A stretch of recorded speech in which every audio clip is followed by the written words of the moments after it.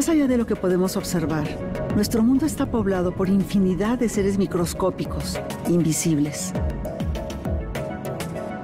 Existe todo un universo de organismos que en algunos casos afectan la vida y la salud de los seres vivientes y pueden provocar diversas enfermedades. Entre ellos se encuentran las bacterias y los virus. Al igual que los animales o las plantas, las bacterias son seres vivos. Muchas de ellas habitan en nuestro cuerpo y son fundamentales para el buen funcionamiento de nuestro organismo.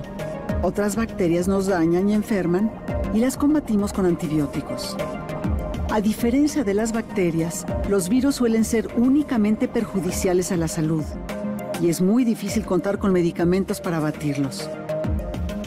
Sus características son tan peculiares que muchos científicos no los consideran seres vivos, ya que por sí mismos no pueden subsistir. Requieren de otro organismo, como una célula, para poder realizar sus funciones vitales, como la reproducción.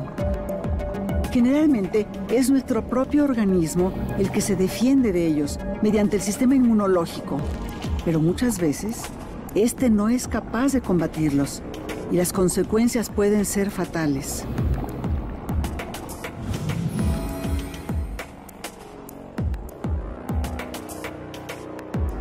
Los virus, para poder vivir, necesitan infectar una célula.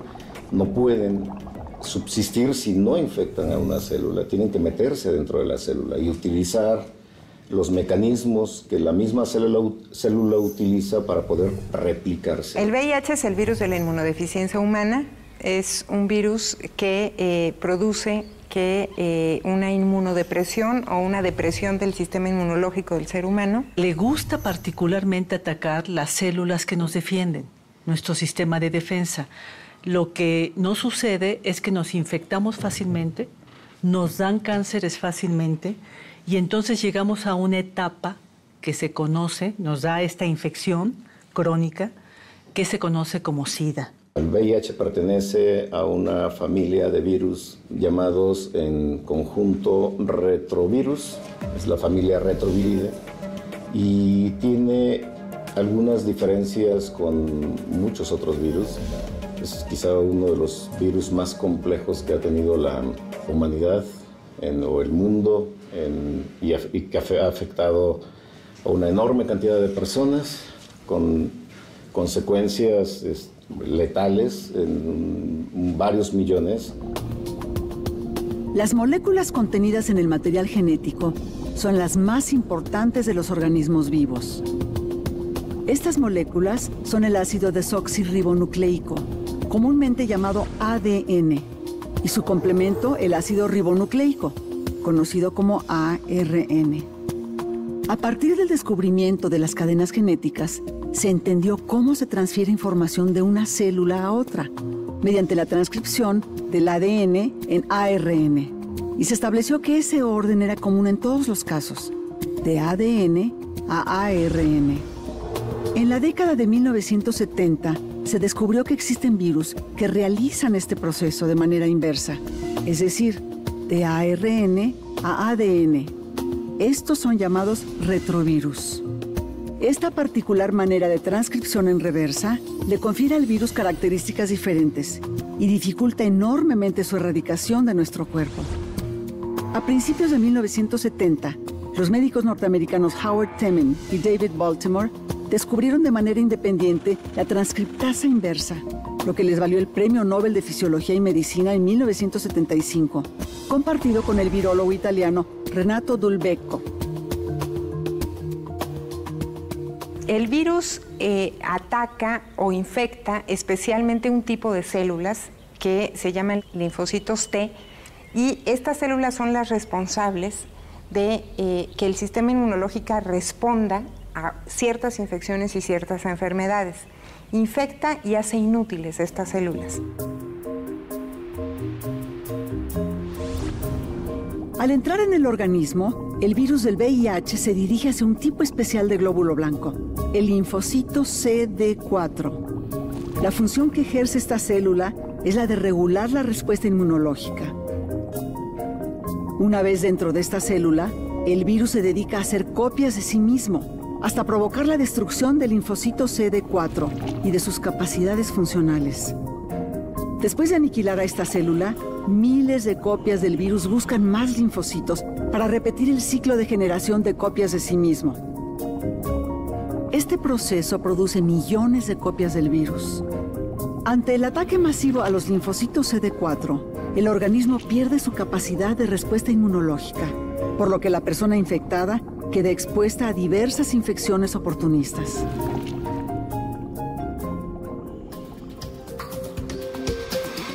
Se han encontrado datos de cuadros infecciosos similares al de VIH que se remontan al año de 1930. A través de muestras congeladas, se pudo documentar el caso más antiguo de infección por VIH en un paciente en Kinshasa, capital de la República Democrática del Congo, África, en 1959. 1981 es la fecha clave de los primeros casos reportados y que alertaron al mundo médico. Un número importante de hombres homosexuales y usuarios de drogas inyectables padecieron una serie de infecciones graves e irremediablemente morían. La epidemia crecía de forma alarmante y los científicos estaban desconcertados. Se describió muy rápido el virus en muy pocos años y bueno, se encontró al organismo que infectaba estas células linfocitos T y se tuvo la etiología, o sea, el origen de la enfermedad, quizá más rápido que cualquier otra enfermedad en la historia de la humanidad. Se comporta como una infección de transmisión, se transmite por vía sanguínea, por vía perinatal y por vía sexual. Se le llamaría seropositivo desde el momento que entra el virus hasta que tenga esas enfermedades oportunistas. Mientras no tenga síntomas, la persona puede considerarse seropositiva, es decir, está infectado por VIH, no tiene SIDA. Una persona puede portar el VIH, puede infectarse por el VIH, y hoy en día, si en ese momento inicia el tratamiento, puede nunca desarrollar el síndrome de la inmunodeficiencia humana. Cuando tenga síntomas, esa persona es considerada dentro de esta fase, que es la fase final y la que conduce a la muerte a las personas con VIH, que se llama síndrome de inmunodeficiencia adquirida. En 1974, el doctor Robert Gallo identifica el primer retrovirus humano, HTLV1. A esta familia de retrovirus pertenece el virus de la inmunodeficiencia humana, VIH. El virólogo francés Luc Montagnier descubrió en 1983 el agente causal de esta infección, el VIH.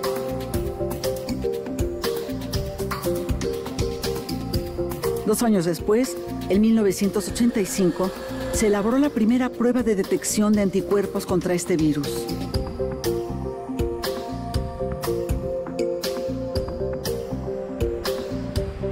En los países más afectados por la epidemia, se lanzan intensas campañas de prevención, incentivando el uso del condón, las prácticas sexuales seguras, alertando del peligro de contagio al reutilizar jeringas.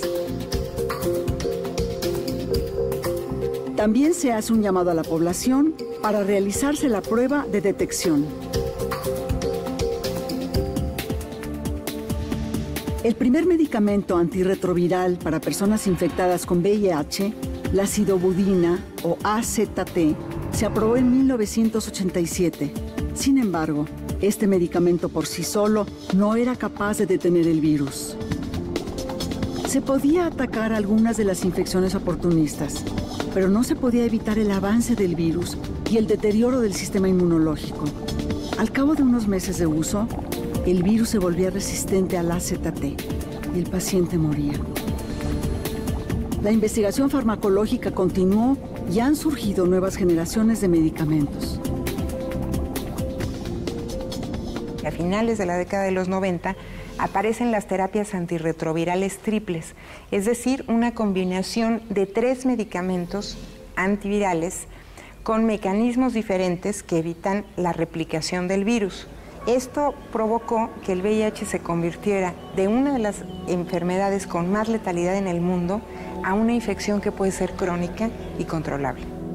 Si el virus es presionado por el tratamiento antirretroviral, que se define como el conjunto de 3 o 4 fármacos, con el objetivo de evitar que el virus infecte a otra célula y por tanto los virus se mueren y se puede reducir la carga de virus en la sangre a un 95 a 99% o más inclusive. Y esto permite que el sistema inmunológico funcione con normalidad.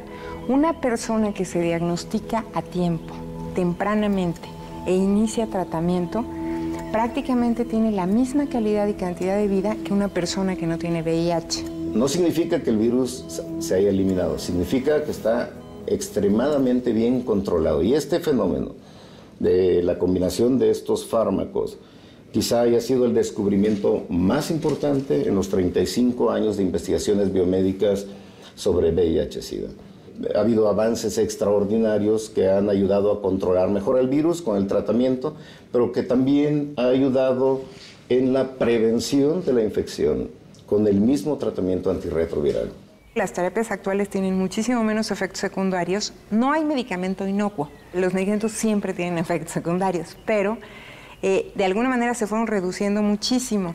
Y esa persona que moriría en 11 años si no recibiera el tratamiento, es capaz de vivir no meses como se medía antes en la década de los 80 o antes de que se descubriera este tratamiento. Ahora uno puede hablar de una supervivencia de décadas con el buen uso de estos fármacos y siempre y cuando exista una buena adherencia, un buen apego de la persona a ellos.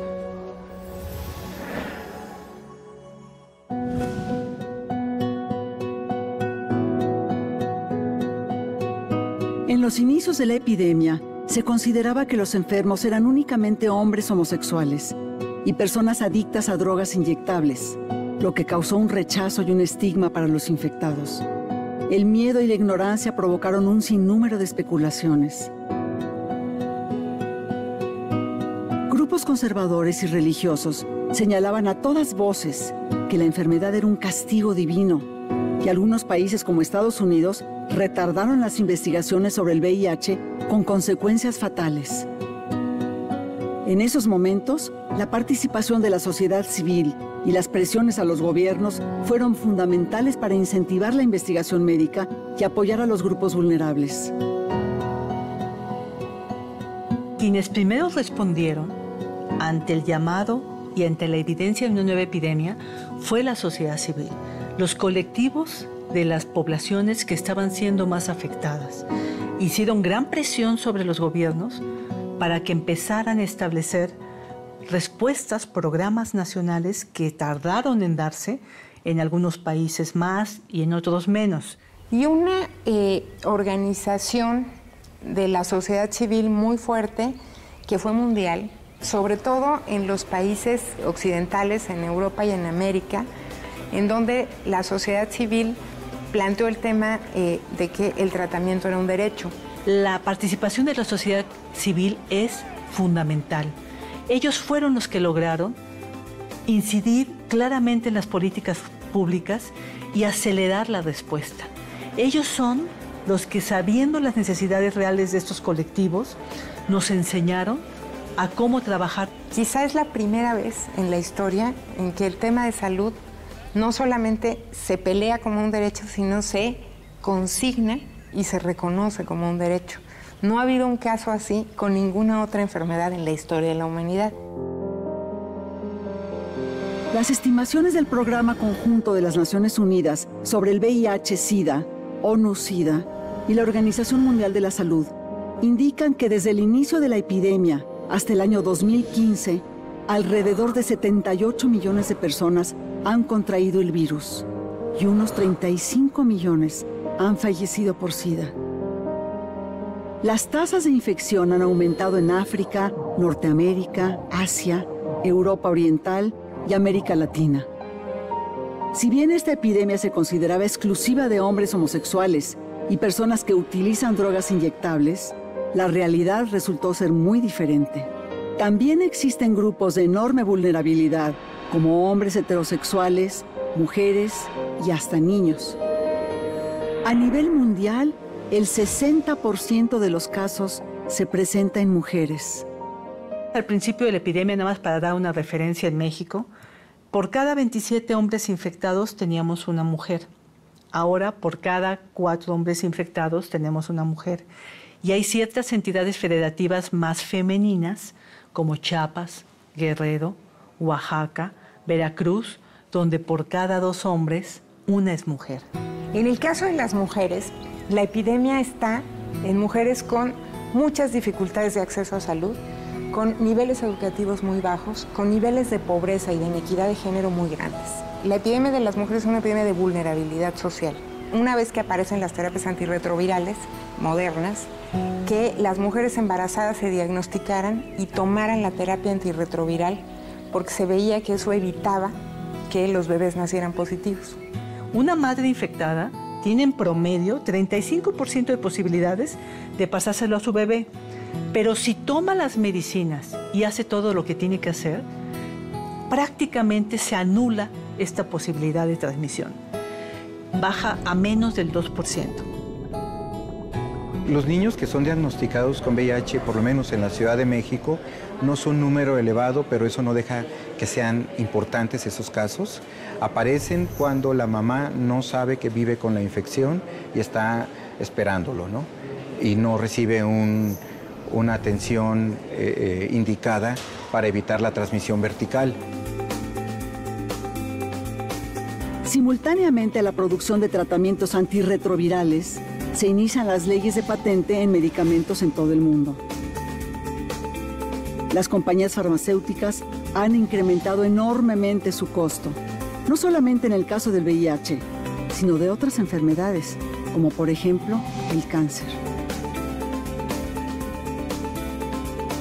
El cálculo es que una compañía farmacéutica, en el caso de VIH, recupera la inversión en investigación en 6 meses de venta. Y la patente dura 20 años. En América Latina somos el país que los paga más caros. Y esto se debe a que nuestras leyes comerciales son las más injustas respecto de nuestro país en la región. A pesar de los onerosos costos de los medicamentos, muchos países hacen esfuerzos por dotar gratuitamente de tratamientos a su población infectada. México no es la excepción, ya que se ha propuesto atender a todas las personas detectadas con el virus al proporcionarles medicamentos gratuitos. Yo destacaría el trabajo de los Institutos Nacionales de Salud, sobre todo del Instituto Nacional de Nutrición, el Instituto Nacional de Enfermedades Respiratorias, el Instituto Nacional de Cancerología. Estos 3 institutos no solamente atienden personas, sino tienen grupos de investigación de muy alto nivel. La Clínica Condesa es un proyecto que abrió sus puertas en el año 2000. En la Ciudad de México nadie tiene que quedar fuera del tratamiento. Hay distintos servicios para ofrecerlo. La Secretaría de Salud lo hace a través de las Clínicas Condesa, pero también está en el IMSS, están el ISSSTE, y están los institutos nacionales de salud y algunos hospitales de tercer nivel. En el caso de la Secretaría de Salud, los medicamentos son ofrecidos a través de un programa de acceso gratuito de antirretrovirales que se puso en marcha desde 2003, un programa universal y gratuito. Aquí en Clínica Condesa existe un espacio comunitario. Las puertas están abiertas, somos el único centro de salud de la ciudad donde cualquier persona puede ingresar, donde no se le va a pedir una identificación. Es puertas abiertas porque es la única manera de que se incorporen las poblaciones más afectadas, las que están más vulnerables, las que no tienen documentos, las que han sido rechazadas de otros servicios de salud. Y ese principio es consecuencia de una vinculación con la sociedad civil, de que nos hizo ver siempre desde el principio que para atender una epidemia concentrada en poblaciones muy específicas era necesario transformar los espacios de salud en receptores incluyentes de esas poblaciones. Bueno, en la actualidad, a 35 años de los primeros casos, ha habido muchos avances a nivel internacional y en México. Han disminuido las nuevas infecciones. Ya nos infectan en México 15,000, ya actualmente 10,000 anuales. Se han disminuido los casos en niños. En México, en los últimos 3 años, en 46%. No hay casos de transfusión en este momento en México. Muy importante en esta población es el tema de las libertades civiles. O sea, si se castiga, si se persigue, si se rechaza la preferencia sexual diferente a la heterosexual o la identidad de género, en este caso ser transgénero, esas personas lo que hace uno es cerrarles el acceso a los servicios educativos, de salud, etc. Y eso ha sido un factor muy importante para la ampliación, para que crezca la epidemia. Y ahí lo que necesitamos es información y acceso a servicios. Entonces, atender a esas poblaciones implica ver cuáles son sus necesidades de salud. Se ha demostrado que el tratamiento es prevención. En donde no hemos avanzado es en el estigma y discriminación. 4 de cada 10 mexicanos desde hace varios años nunca convivirían, y lo han dicho, con la comunidad de hombres que tienen sexo con hombres, con personas trans, con lesbianas, ni con personas con VIH. Y este estigma y discriminación, a pesar de que en los lugares donde atendemos VIH, SIDA, ha disminuido de manera importante y no son discriminados, cuando te sales de esos espacios, continúa la discriminación. Es algo cultural que tenemos que transformar desde la educación. El estigma y la discriminación persisten. El obstáculo mayor es el miedo, el segundo es el estigma y el tercero es la falta de acceso a servicios en alguna parte de la población. Y que sea un asunto absolutamente natural cuidarse y cuidar su sexualidad, porque es absolutamente natural tener una sexualidad con una preferencia sexual distinta a la heterosexual y es absolutamente normal cuidarse.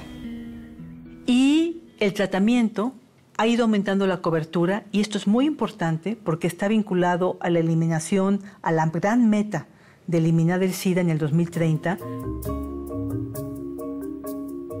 México tiene una muy pobre inversión en el ámbito de investigación y creo que tiene agrupaciones científicas de muy alto nivel.